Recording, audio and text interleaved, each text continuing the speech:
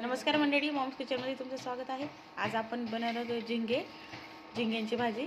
इथे मी घेतलं आहे कांदा, कोथिंबीर, इथे घेतलं आहे मी लसूणची चटणी आणि इथे घेतलेला आहे गरम मसाला, हळद आणि धना पावडर। तर चला मग रेसिपी सुरू करूया। हे बघा मी कढईमध्ये तेल टाकून घेतलं आहे। आता तेल गरम झाले की आपण त्याच्यात कांदे घालूया। आपले इथे तेल तापलं आहे, आता आपण याच्यात कांदे घालूया।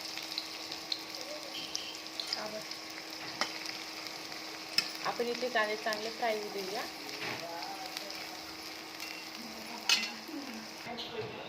हे बघा आपले कांदे इथे चांगले लाल होऊन फ्राय झाले आहेत। आता आपण याच्यात लसूण आणि मिरचीची चटणी घालूया।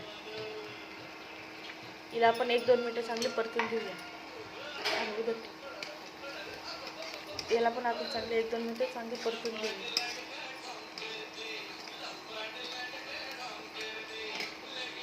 हे बघा ही चटणी पण आपली चांगली परतून झाली आहे। आपण आता त्याच्यात धना पावडर, गरम मसाला आणि हळद घालूया। याला पण 1-2 मिनिटं आपण परतून घेऊया। हे बघा चांगलं परतून झालं आहे। आपण याच्यात आता थोडंसं पाणी घालूया। आपले मसाले जळणार नाही याची हे ठेवूया।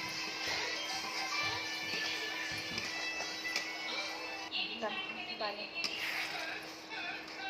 आता आपण याच्यात लागेल तेवढं रस्स्यासाठी पाणी घालून घेऊया।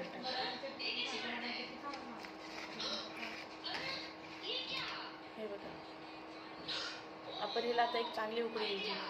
हे बघा आपली भाजीला छान उकळी आली आहे। आता आपण हे झिंगे याच्यात घालून घेऊ। आपण हे झिंगे चांगले पहिले साफ करून घेतले आहे। आता आपण याला चांगलं परतून घेऊया। आता बघा आपण चांगलं परतून घेतलं आहे। आता आपण याच्यात चिरलेली बारीक कोथिंबीर घालूया। 1-2 मिनिटं चांगलं परतून घेऊया।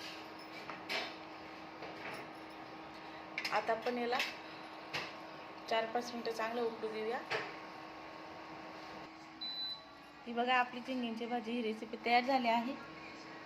एकदम छान आणि खायला सुद्धा छान लागते बाजरीच्या भाकर सोबत। रेसिपी आवडल्यास चॅनलला लाईक, सबस्क्राईब आणि शेअर करा।